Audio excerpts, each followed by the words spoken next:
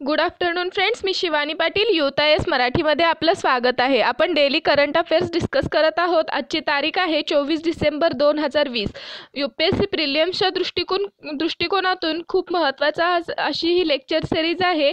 कोणतीही परीक्षा असू देत, मग ती UPSC प्रिलिम्स असो, MPSC राज्यसेवा असो किंवा कोणतीही सरळ सेवेची एक्झाम असो, त्यामध्ये करंट अफेअर्सचा टॉपिक हा अनिवार्य असतोच। त्याच्याशी रोज प्रत्येक एक्झाममध्ये 10 ते 15 क्वेश्चन्स हे त्यामध्ये कंपल्सरी असतात। त्यामुळे प्रत्येक स्टुडंटसाठी खूप युजफुल अशी ही लेक्चर सिरीज आहे। ओके, जर तुम्ही चॅनेलला सबस्क्राईब केलं नसेल तर प्लीज सबस्क्राईब करून घ्या। यामुळे काय होईल, जे रोज नवनवीन आम्ही व्हिडिओज अपलोड करत असतो त्याचं नोटिफिकेशन तुमच्यापर्यंत येईल। ओके, तर बघूया त्याचा पहिला पॉइंट काय आहे। तर पहिला पॉइंट आहे, गटका, कलारीपट्टू, थांग ता आणि मल्लखांब या देशी खेळांचा खेलो इंडिया यूथ गेम्स 2021 मध्ये समावेश। ओके, तर क्रीडा मंत्रालयाने हरियाणामध्ये आयोजित करण्यात येणाऱ्या खेलो इंडिया यूथ गेम्स 2021 या स्पर्धांमध्ये देशी खेळांचा समावेश करण्याच्या प्रस्तावाला मान्यता दिलेली आहे। त्यानुसार गटका, कलारीपट्टू, थांग ता आणि मल्लखांब या खेळाची निवड करण्यात आलेली आहे। ओके, तर कलारीपट्टू या खेळाचा उगम केरळमधला असून त्याचा जगभरात सराव केला जातो। ते प्राचीन युद्ध कौशल्य आहे। मल्लखांब हा संपूर्ण भारतात प्रसिद्ध असून मध्य प्रदेश आणि महाराष्ट्र ही त्याचे आकर्षण केंद्र आहेत। हा एक पारंपरिक खेळ आहे ज्यामध्ये व्यक्ती उभ्या लाकडी खांबावर हवाई कसरती व योगासने करतो। गटका या खेळाची जन्मभूमी पंजाब असून ती निहांग सिख लढवय्यांची पारंपरिक युद्धकला आहे आणि ती स्वसंरक्षणात आणि क्रीडा प्रकार म्हणून वापरली जाते।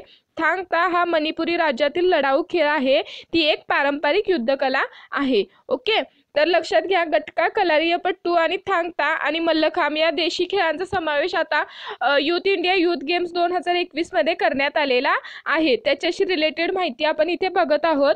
तर क्रीडा मंत्रालयाने हरियाणामध्ये आयोजित करण्यात आलेल्या खेलो इंडिया यूथ गेम्स 2021 या स्पर्धेमध्ये देशी खेळांचा समावेश करण्याच्या प्रस्तावाला मान्यता दिलेली आहे। त्यानुसार गटका, कलारीपट्टू, थांग ता आणि मल्लखांब या खेळाची निवड करण्यात आलेली आहे। तर ओके, तर या तीन खेळांचा म्हणजे उगमस्थान कोणतं आहे ते आपण इथं बघूया। तर कलारीपट्टू या खेळाचा उगम केरळमधला असून त्याचा जगभरात सराव केला जातो। ते प्राचीन युद्ध कौशल्य आहे। मल्लखांब हा संपूर्ण भारतात प्रसिद्ध असून मध्य प्रदेश आणि महाराष्ट्र ही त्याचे आकर्षण केंद्र आहेत। ओके, तर हा एक पारंपरिक खेळ आहे ज्यामध्ये व्यक्ती उभ्या लाकडी खांबावर हवाई कसरती करतो व योगासने देखील करतो। ओके, आणि गटका या खेळाची जन्मभूमी पंजाब असून ती निहांग शीख लढवय्यांची पारंपरिक युद्धकला देखील आहे आणि ती स्वसंरक्षणार्थ ही देखील वापरली जाते आणि क्रीडा प्रकार म्हणून देखील वापरली जाते। ओके, तर थांग ता हा मणिपूर राज्यातला एक लढाऊ खेळ आहे आणि ती एक पारंपरिक युद्धकला देखील आहे। ओके, तर खेलो इंडिया अभियान नेमकं काय आहे बघा। तर एप्रिल 2016 मध्ये भारत सरकारने देशात क्रीडा क्षेत्राला प्रोत्साहन देण्याच्या उद्देशाने खेलो इंडिया नावाने एका अभियानाला प्रारंभ केलेला आहे। समाजाचा अगदी तळपातळीवर बदल करून राष्ट्रव्यापी क्रीडा संस्कृतीला प्रोत्साहन देण्याच्या उद्देशाने जानेवारी-फेब्रुवारी 2018 मध्ये खेलो इंडिया शालेय खेळ यांचं प्रथम संस्करणाचे आयोजन करण्यात येतं आणि स्पर्धांमधून निवडण्यात येणाऱ्या सर्वश्रेष्ठ प्रतिभावंत खेळाडूंना 8 वर्षापर्यंत दरवर्षी प्रत्येकी 5 लाख रुपये शिष्यवृत्ती देखील प्रदान केली जाते, जी 1000 उदयोन्मुख खेळांसाठी निश्चित करण्यात आलेली आहे आणि वर्षागणिक खेळाडूंना खेलो इंडिया अंतर्गत देखील जोडण्यात येत आहे। ओके, तर स्पोर्ट्समध्ये वेगवेगळ्या म्हणजे तरुणांना प्रोत्साहन देण्यासाठी खेलो इंडिया अभियान चालवण्यात येत आहे। तर एप्रिल 2016 मध्ये भारत सरकारने क्रीडा क्षेत्राला प्रोत्साहन देण्याच्या उद्देशाने खेलो इंडिया नावाने एक अभियानाला प्रारंभ केलेला आहे। समाजाच्या अगदी तळपातळीवर बदल करून राष्ट्रव्यापी क्रीडा संस्कृतीला प्रोत्साहन देण्याच्या उद्देशाने जानेवारी-फेब्रुवारी 2018 मध्ये खेलो इंडिया शालेय खेळ यांच्या प्रथम संस्करणाचे देखील आयोजन करण्यात आलेले होते। तर या स्पर्धांमधून निवडण्यात येणाऱ्या सर्वश्रेष्ठ प्रतिभावंत खेळाडूंना 8 वर्षापर्यंत दरवर्षी प्रत्येकी 5 लाख रुपये शिष्यवृत्ती देखील प्रदान केली जाते, जी 1000 उदयोन्मुख खेळाडूंसाठी निश्चित करण्यात आलेली आहे। ओके, वर्षागणिक खेळाडूंना खेलो इंडिया अंतर्गत देखील या अंतर्गत जोडण्यात येत आहे। तर खूप महत्त्वाचं असं हे अभियान आहे। यामुळे जे ग्रामीण भागातील होतकरू जे विद्यार्थी आहेत, जे स्पोर्ट्समधून आपलं करिअर बनवू इच्छितात, त्यांच्यासाठी खूप महत्त्वाची अशी ही स्कीम आहे। ओके, तर त्यानंतर आपण बघणार आहोत अनेक देशांकडून ब्रिटिश प्रवाशांवर निर्बंध। तर कोरोनाच्या पार्श्वभूमीवर अनेक देशांकडून जे ब्रिटिशमधून प्रवासी येत आहेत त्यांच्यावर निर्बंध लादण्यात येत आहेत। तर ते कशा प्रकारे आपण इथे बघणार आहोत। तर ब्रिटनमध्ये वेगाने पसरणारा कोरोना विषाणूचा नवा प्रकार आढळून आल्याने खळबळ उडाली असून फ्रान्सने त्या देशांसमवेतच्या सीमा बंद केलेल्या आहेत। तर जर्मनी, बल्गेरिया, आयरिश प्रजासत्ताक, तुर्कस्तान व कॅनडा यांनी ब्रिटनमधून येणाऱ्या विमानांवर बंदी घातलेली आहे। भारताकडून ही विमानांवर बंदी लागू करण्यात आलेली आहे। ओके, तर ब्रिटनमधून येणाऱ्या प्रवाशांवर ज्या देशांनी निर्बंध लादले त्यात हाँगकाँग, Israel, Iran, Croatia, Argentina, Chile, Morocco व कुवेत यांचा देखील समावेश आहे। ओके, कोरोना विषाणूचा हा नवीन प्रकार 70% संक्रमणशील व संसर्गजन्य असून आरोग्य तज्ज्ञांचे असे म्हणणे आहे की हा एक घातक विषाणू नाही, तो लसींना दाद देत नाही, हेही खरे नाही।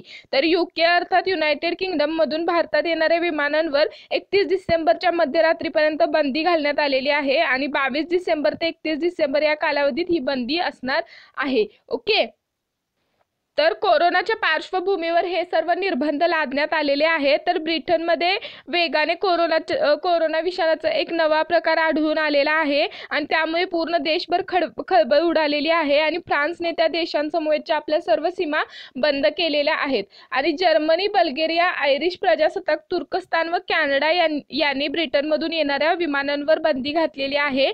भारताकडून ही विमानांवर बंदी लागू करण्यात आलेली आहे। आणि ब्रिटनमधून येणाऱ्या प्रवाशांवर ज्या देशांनी निर्बंध लादलेले आहेत ते कोणते तर हाँगकाँग, Israel, Iran, Croatia, Argentina, Chile, Morocco व कुवेत।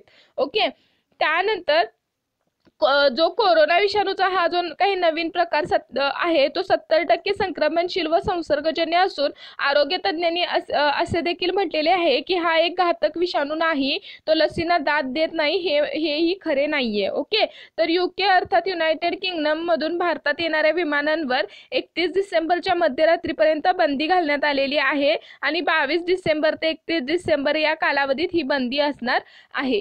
ओके, त्यानंतरची न्यूज आहे म्हणजे जी बातमी आहे ती गरजू देशांना युनिसेफ पुरवणार लस, ती कोरोनाशी संबंधितच आहे।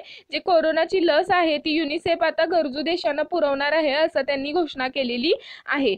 तर युनिसेफने पुढाकार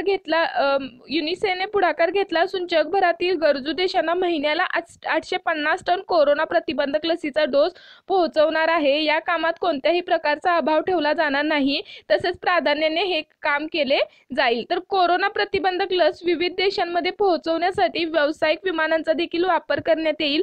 जर गरज पडलीच तर चार्टर्ड विमाने देखील वापरली जातील असं देखील युनिसेफने सांगितलेलं आहे। तर या जीवघेण्या आजारावर लस विकसित करणाऱ्या देशांकडून गरीब देशांमध्ये 70,000 फ्रीजची खरेदी करून ते पुढील वर्षाच्या शेवटापर्यंत बसवले जातील। तर या आधुनिक फ्रीजच्या माध्यमातून कोरोना महामारीच्या लसीच्या उपलब्धतेचा परीघ वाढवण्यात येईल।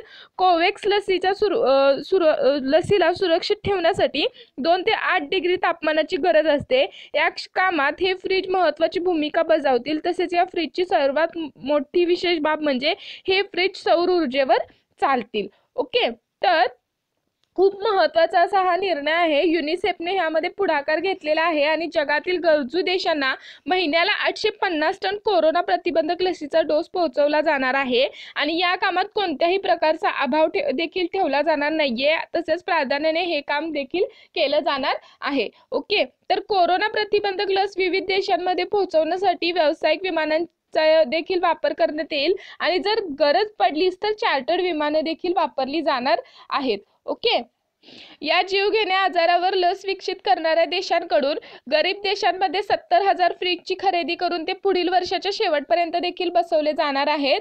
तर या आधुनिक फ्रीजच्या माध्यमातून कोरोना महामारीच्या लसीच्या उपलब्धतेचा परीघ देखील वाढवण्यात येणार आहे। तर कोवॅक्स लशीला सुरक्षित ठेवण्यासाठी 2 ते 8 डिग्री तापमानाची गरज असते आणि या कामात हे फ्रीज महत्त्वाची भूमिका बजावतील. तसेच या फ्रीजची सर्वात मोठी विशेष बाब म्हणजे हे फ्रीज सौर ऊर्जेवर चालणारे आहेत. ओके, तर या लेक्चरची जर तुम्हाला PDF हवी असेल तर UTIS ऑफिशियल मराठी या टेलिग्राम चॅनेलवरून तुम्ही डाउनलोड करू शकता. तसेच आमचं daily answer writing programme series देखील स्टार्ट झालेली आहे. त्याची फीस देखील अफोर्डेबल आहे. ज्या विद्यार्थ्यांना UPSC मेन्सच्या दृष्टिकोनातून आन्सर रायटिंगची प्रॅक्टिस करायची आहे त्यांच्यासाठी खूप महत्त्वाची अशी ही सिरीज असणार आहे. याची देखील जास्त डिटेल्स हवी असेल तर आमच्या टेलिग्राम चॅनेलवर जाऊन तुम्ही घेऊ शकता. लिंक डिस्क्रिप्शनमध्ये दिलेली आहे. लेक्चर आवडल्यास लाईक, शेअर आणि सबस्क्राईब करायला विसरू नका. तसेच लेक्चर शेवटपर्यंत बघितल्याबद्दल थँक्यू.